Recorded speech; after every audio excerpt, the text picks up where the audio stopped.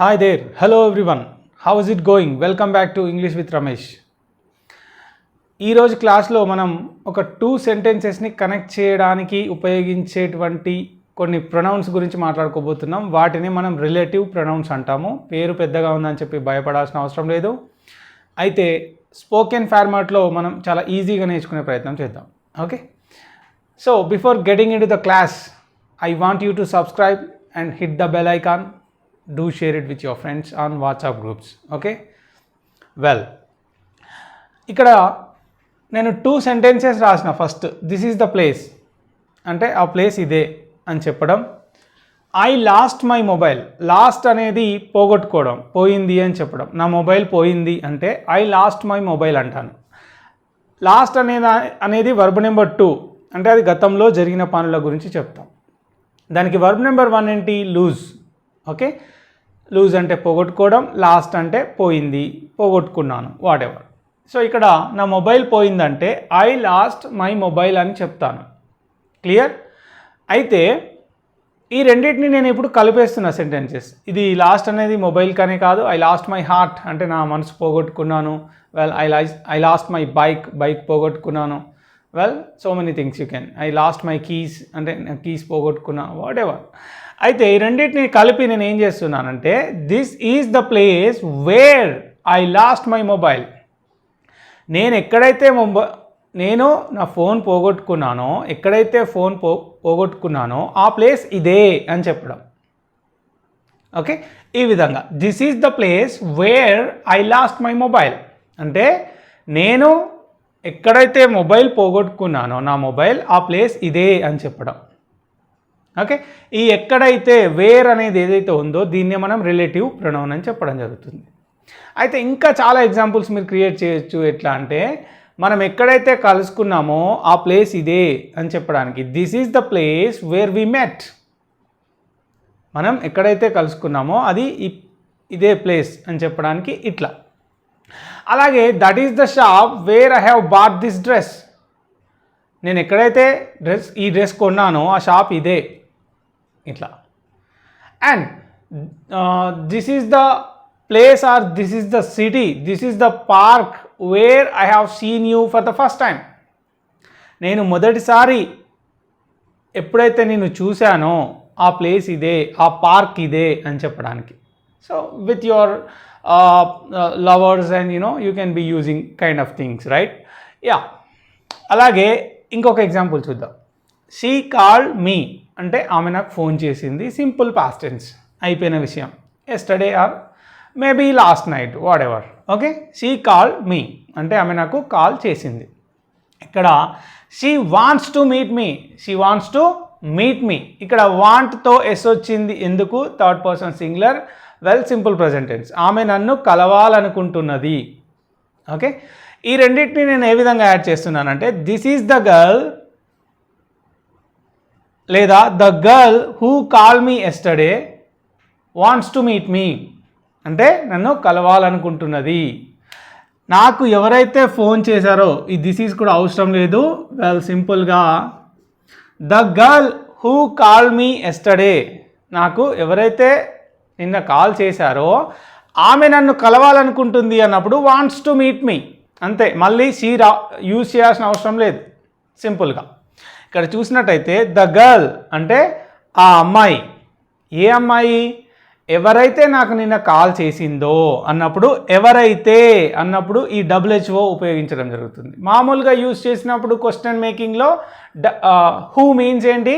ఎవరు. ఇక్కడ మాత్రం ఎవరైతే, అమ్మాయి. ద గర్ల్ అంటే ఆ అమ్మాయి. ఎవరైతే అంటే ఎవరి గురించి అయితే మనం చెప్తున్నామో, రైట్, అదే ఇక్కడ రిలేటివ్ ప్రొనౌన్గా ఉపయోగిస్తాం. ఇక్కడ ఫస్ట్ హాఫ్లో ఉంటుంది కదా, ఇక్కడ ప్లేస్, ఆ ప్లేస్ గురించి చెప్తున్నాం, ఇదే రిలేటివ్ ప్రొనౌన్. ఇక్కడ ఆ అమ్మాయి, ఈమె గురించి చెప్తున్నాం, సో ఇది రిలేటివ్ ప్రొనౌన్. ఇంకా గ్రామటికల్గా మనం ఎక్స్పాండ్ చేయొచ్చు. వెల్, ఆ కాంటెక్స్ట్లో కూడా మనం తెలుసుకునే ప్రయత్నం చేద్దాం. ఇక్కడ స్పోకెన్ వరకు ఇది okay. The girl who call మీ, ఎవరైతే నాకు కాల్ చేసిందో, వాంట్స్ టు మీట్ మీ, ఆమె నన్ను కలవాలనుకుంటున్నది. బాగుంటుంది sentence. The girl who call me yesterday wants to meet me అంటే ఆ అమ్మాయి ఎవరైతే నాకు ఫోన్ చేసిందో ఆమె నన్ను కలవాలనుకుంటున్నది. ఈ విధంగా. Well, and the person who sent me a message has given me a warning. నాకు ఎవరైతే ఈ మెసేజ్ పంపించారో ఆ వ్యక్తి నాకు వార్నింగ్ ఇచ్చాడు. The police who stopped my vehicle is asking for my licence.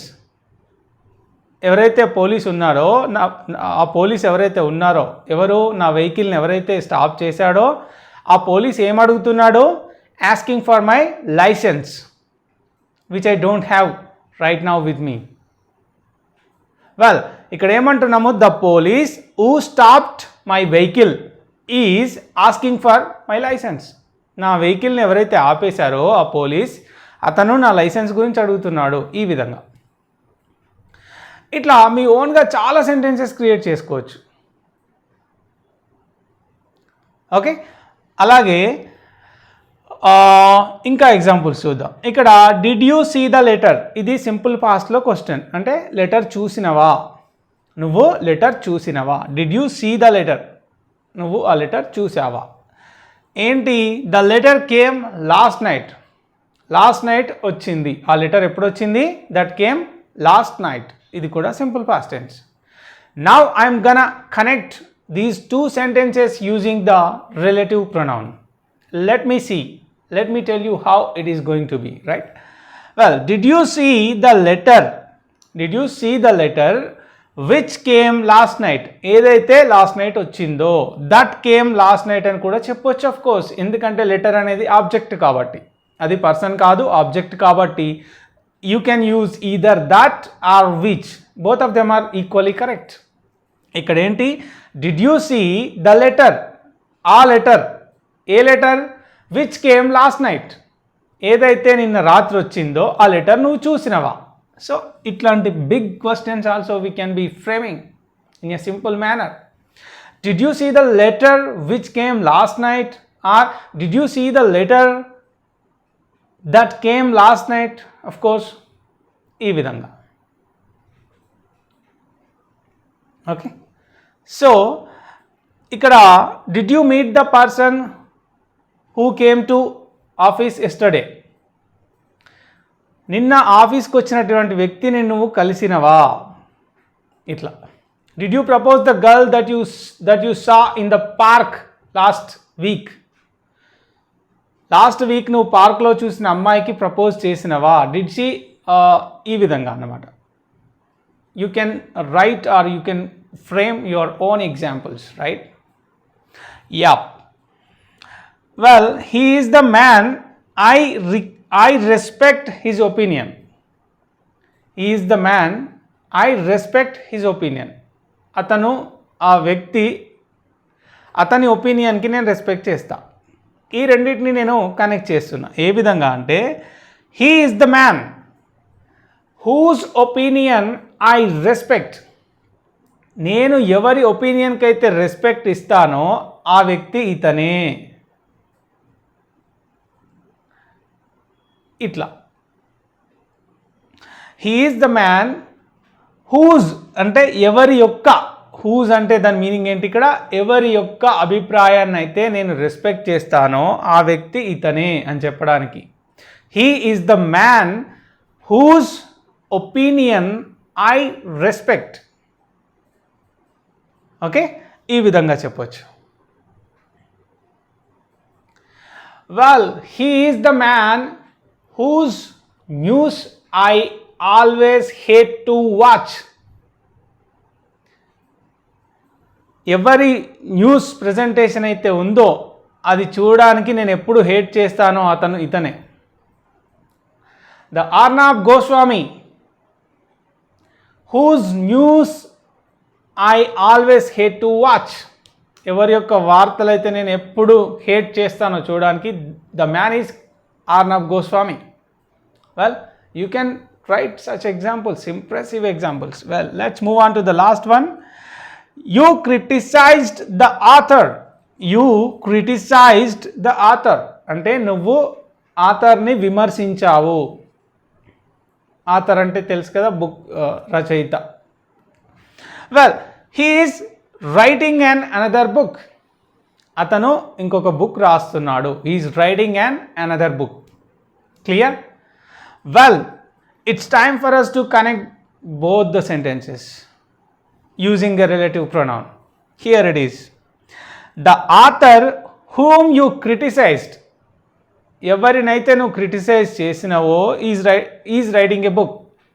అతను పుస్తకం రాస్తున్నాడు. ఓకే, ఈ విధంగా చెప్తాం.